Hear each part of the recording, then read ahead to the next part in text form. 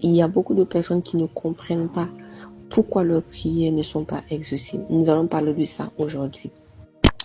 Lisons Matthieu 7, verset 7. Demandez et l'on vous donnera.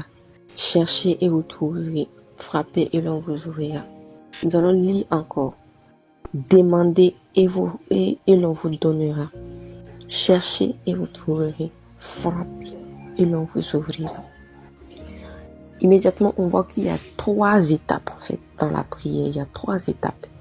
La première étape qui est la base, l'étape la plus simple. Tu demandes tout simplement et puis on te donne. Papa, je veux ça et papa te donne. Il n'y a même pas de discussion. Ça, c'est la base. Malheureusement, il y a beaucoup de chrétiens qui sont restés à ce niveau. Parce qu'ils ont eu des, comment on dit, des résultats avec la première partie. Et Dieu veut leur amener au stade supérieur, mais ils n'ont pas compris ça en fait. Ils demandent maintenant, mais on leur donne pas en fait. Ils demandent, mais on ne leur donne pas. Tout simplement parce que tu ne dois plus demander pour qu'on te donne. Tu dois aller chercher maintenant et tu vas trouver. L'Éternel dit que si tu cherches, tu vas trouver. L'Éternel dit que si toi tu te lèves et que tu pars chercher, tu vas trouver. Lui, il est fidèle. Parce qu'il a dit, c'est lui qui a dit d'aller chercher, non? Donc tu ne peux plus t'asseoir pour dire, papa, je veux l'argent. Il faut que tu te lèves, que tu fasses quelque chose. Ou dans un autre domaine. Tu appliques ça à un autre domaine. Une chose est sûre, si tu demandes, tu ne vas pas recevoir. Il faut que tu te lèves et que tu partes chercher. Et tu vas trouver. Et maintenant, le 3e niveau, frappe et on va t'ouvrir. Ça veut dire que tu dois aller, c'est toi qui dois aller taper en fait. C'est toi qui dois prendre ta main, tu dois taper la porte pour qu'on puisse t'ouvrir. Donc, cela veut dire que quand tu dépasses le premier stade de la prière, tu ne vas plus t'asseoir et puis demander et puis non. Soit tu dois aller chercher et tu vas trouver, soit tu dois aller frapper et on va t'ouvrir.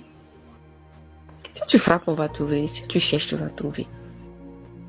Donc, il y a beaucoup de personnes qui ont dépassé. Ça veut dire que vous êtes dans une situation où demander et puis recevoir là, ça ne marche plus. Dieu veut que vous alliez dans les autres aspects, mais vous n'avez pas compris. Quand vous demandez tout le temps qu'on vous donne, vous êtes toujours là-bas. Non, changez. Soit vous allez aller chercher et Dieu dit que vous allez trouver. Soit vous allez aller frapper et Dieu dit qu'on va vous ouvrir. Voilà, c'est tout ce que je voulais dire.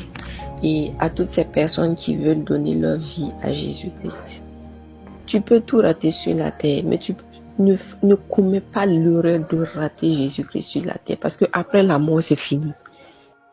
Après la mort, là, c'est terminé. Et tu ne peux pas assumer toute ta vie de péché devant Dieu. C'est pas possible. Jésus est venu, il a pris tes péchés pour que tu puisses t'arrêter toi-même devant Dieu. Mais si toi, tu n'as pas accepté que Jésus a pris tes péchés, c'est sur toi. Tu peux assumer ça devant Dieu, aucun humain. Il ne faut pas te blaguer, ne te leurre pas, mon frère, ma soeur. Personne ne peut assumer ça là devant Dieu. Tu peux même pas dire qu'en fait, je vais faire plus de bien que de mal. Tu as une nature, en fait, tu es né dans la nature pécheresse. Il faut que cette nature-là soit ôtée par Jésus-Christ. Donc, tu te faut donner ta vie à Jésus d'abord. Voilà. Donc, si tu veux donner ta vie à Jésus, tu répètes tout simplement après moi. Seigneur Jésus-Christ, j'ai entendu ta voix aujourd'hui. Je décide de te donner ma vie. Je t'accepte comme Seigneur et Sauveur personnel. Je crois que tu es mort pour moi et que Dieu t'a ressuscité. Je te donne ma vie. Je suis maintenant un enfant de Dieu. Je suis une nouvelle création. Les choses anciennes sont passées. Toute chose est devenue nouvelle. Mon nom est écrit dans le livre de vie. Je suis maintenant un enfant de Dieu. Amen.